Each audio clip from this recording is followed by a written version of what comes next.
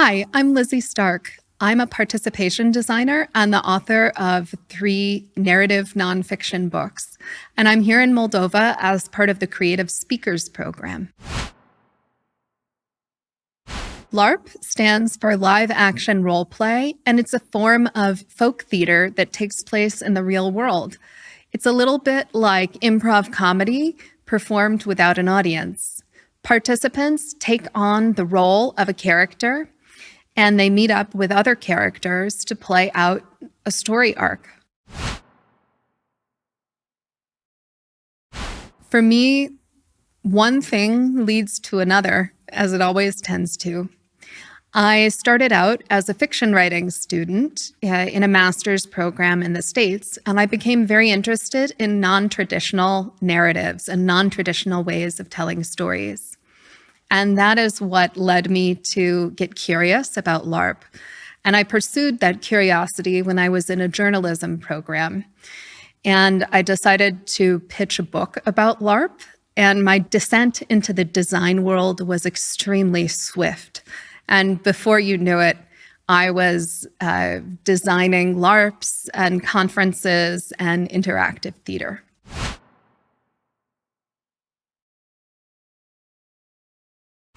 For me, narrative nonfiction writing and game design scratch 2 very different itches.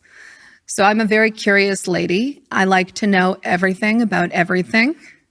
And that curiosity is what motivates my narrative nonfiction. Game design, on the other hand, is all about my love of people and getting people to form communities. And game design is where I do creative collaboration. Aside from my love of experience design motivating my first book, which was called Leaving Mundania, inside the transformative world of live action role-playing.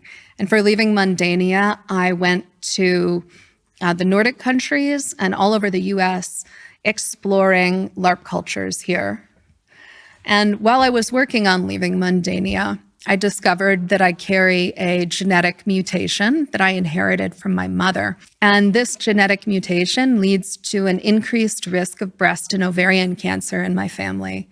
And so the next thing I ended up doing was writing a book about that called Pandora's DNA, tracing the breast cancer genes through history, science, and one family tree. And I wanted to explore the way that Leaving Mundania ends, which is by discussing LARP as a medium for storytelling. So I actually made a game called The Curse based on my family's story, where the participants play women in a family with inherited breast and ovarian cancer who have to decide what to do to lower their risk. So I wrote Pandora's DNA while I was having my preventative mastectomy at age 27. And then when I was about 39, it was time for me to have my ovaries out.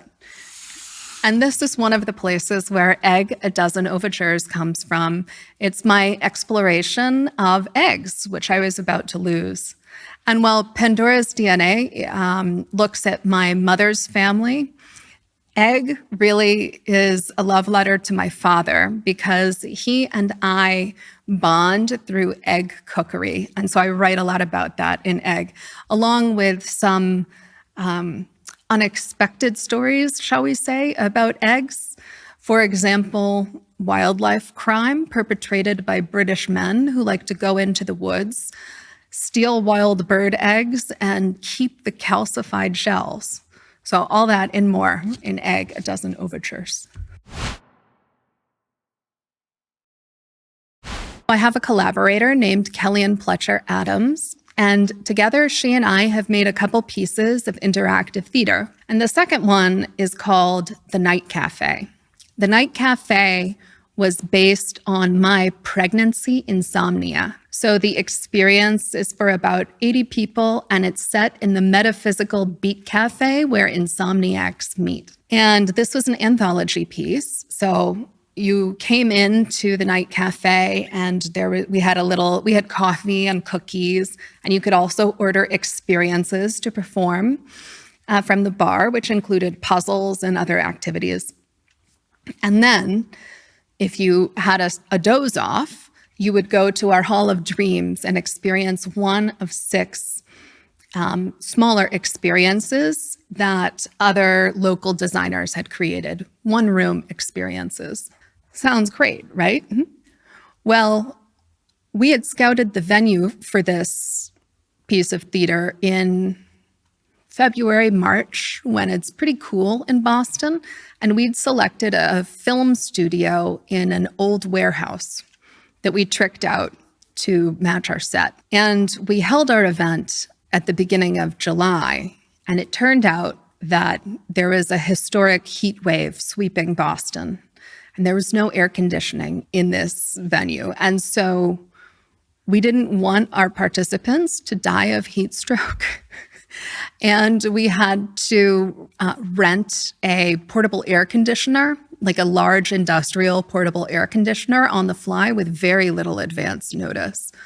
We were able to do it, but it ate up our profits from the theater experience. But after so much work, we knew that we had to move forward with making this experience happen. And as for what I learned from that, it's that you can't control the weather, and you need to think about that when you book a venue. The things that make a game memorable are the same things that make a narrative memorable, and that's that it keys in to what my mentor, author, and journalist Samuel Friedman calls the periodic table of human emotions. And these are basic human states of being that everyone can connect to. So in Leaving Mundania, I tell the story of a couple of kids playing Dungeons and Dragons with their dad. And if I tell you it's about rolling dice, well, not everybody likes to roll dice. Not everybody can connect to that.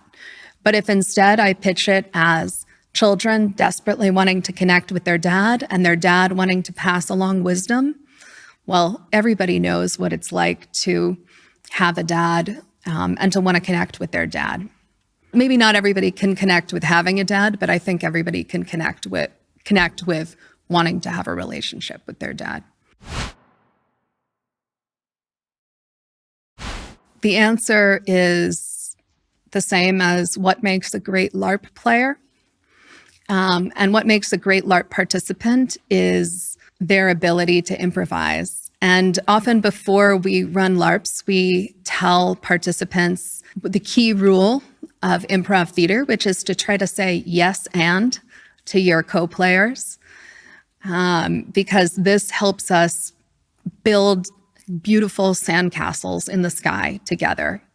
And so what I like in a collaborator is I like somebody who will yes and my ideas and who will let me get all of my ideas on the floor, even if there are bad ones. Sometimes you have a terrible idea and you have to say it aloud during the brainstorming process, even if you know it's terrible. And so I think it's important to have a collaborator who will understand that about me. Participatory experiences build community, and they build community whether they're a parade in the local town square or whether it's a LARP that you're experiencing with a few special friends. They say that you can learn more about a person in an hour of play than in a year of conversation, and I find that that's very true. Now more than ever, we need to meet with each other in the flesh. We need to be with each other in person and away from screens. And so I think that LARP has a potentially corrective effect on all of the dissociation that's come with technology, which has its advantages as well. But it's important to be together in person, having a shared experience, because that bonds you in a way that a screen never will. The best thing about my job is that I don't know exactly what is coming next, but I know it's going to be playful, and I know it's going to be deep, and I know it's going to require amazing research that's going to take me to places I never imagined. Right now, I'm working on my 4th book, tentatively titled Big Crone Energy, and all about incredible women in the second half of life. I don't know where I'll go with that, but I've already been to Argentina to talk to some very amazing activist grandmothers. Two books that have really impressed me in the last year are The Portrait of the Scientist as a Young Woman by Lindy Elkins Taunton, who is currently the head of NASA's mission to Psyche, which is an asteroid. I believe the space shuttle to get to Psyche launched in late 2023, and it will arrive in 5 years. It's an incredible blend of science and memoir, and educated by Tara Westover. It's a Bildungsroman. It's a book about her growing up in a very conservative family in Idaho. I just find it fascinating to read about a life and an upbringing that's very different from mine. Thanks so much for having me. I've really enjoyed being here in Moldova. One cool thing I saw were crows that were gray and black instead of just black like they are where I am in Boston. And I'll always remember that.